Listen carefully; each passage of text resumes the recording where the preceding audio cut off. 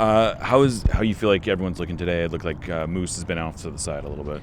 Well, he picked up a little knock in training, and then he re-aggravated, still feels it a little bit. He had a cortisone injection yesterday. Sometimes the cortisone takes a day or two, so we'll see if he can rock up, and we'll do a pregame fitness test and see where he's at. Is the back situation, or what is or can you say what the...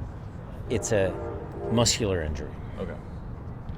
Jackson Reagan, anything new on him? How ready is he? So for Jackson, we felt there was one more little bit of training that we wanted to do. So he's got a heavy push day tomorrow. So that means he's not going to be on the bench, just to prepare him for Wednesday, Sunday. Go ahead. So we talked to Jesus. He seems to feel like he has the confidence of the coaches, of his teammates. What do you think he still needs to show, or do you feel like you're getting exactly what you need from him? Well, I'll get right to your point, or what I think is your point. I talked to him yesterday about, does he feel the pressure of not scoring? Because he does a lot of good things. I mean, I thought in Portland he had a good game, got us out of some jams, did some good things, but everybody's looking at, does he score goals? And so if Masasi doesn't make it, he's going to have a chance. Even if Masasi does make it, he's got a chance, because I'm trying to encourage him to make sure that all of the good things that he does, he supplements that by getting just a little closer to goal. And if he does that, if he's inside the box more, he's going to score. So there's that little conversation. The internal pressure that he feels is fine. He doesn't have any pressure from us. So he's okay. And I guess along those lines, how much do you have to talk to him about, especially when Albert's on the field, especially if he is playing as a 9? I assume you need him to just stay high and not necessarily be as involved in possession as he might tend to want to be. He got that message, but I think when we played him as a 9 last time, the team wasn't, we were a little dysfunctional in certain ways. He's surrounded by a bunch of good soccer players. He's a good soccer player.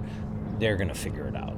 And it's not just him, because Kent can get in behind, Pedro, Alex. Albert actually on the ball that Christian played to Rothrock. If you watch Albert's movement, took the right back so the ball could get to Rothrock. So Albert has to run behind. We all have to do it. When it comes to Ryan Kent, obviously very talented guy. He had a tough outing against Timbers. They did a good job on him. How much or how quickly do you get to have those conversations with a player that just got here about things that could do better, things that could improve? We did at halftime.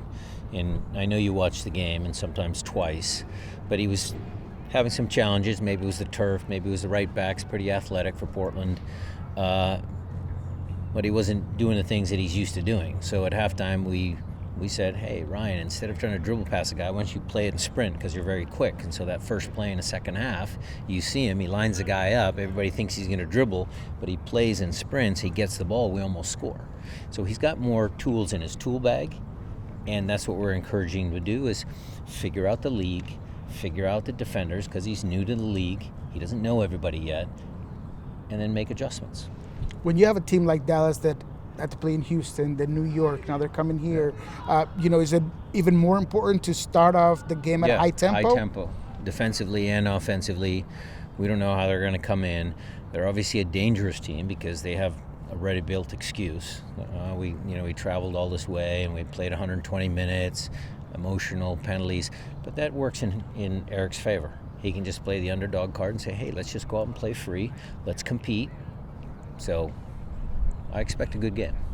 This week, one of the topics that's come up is the Club World Cup bonuses. And I know this is something that is way outside your purview necessarily, but what do you feel like you need to do in order to sort of what's your messaging in all that? It seems to be a chatter.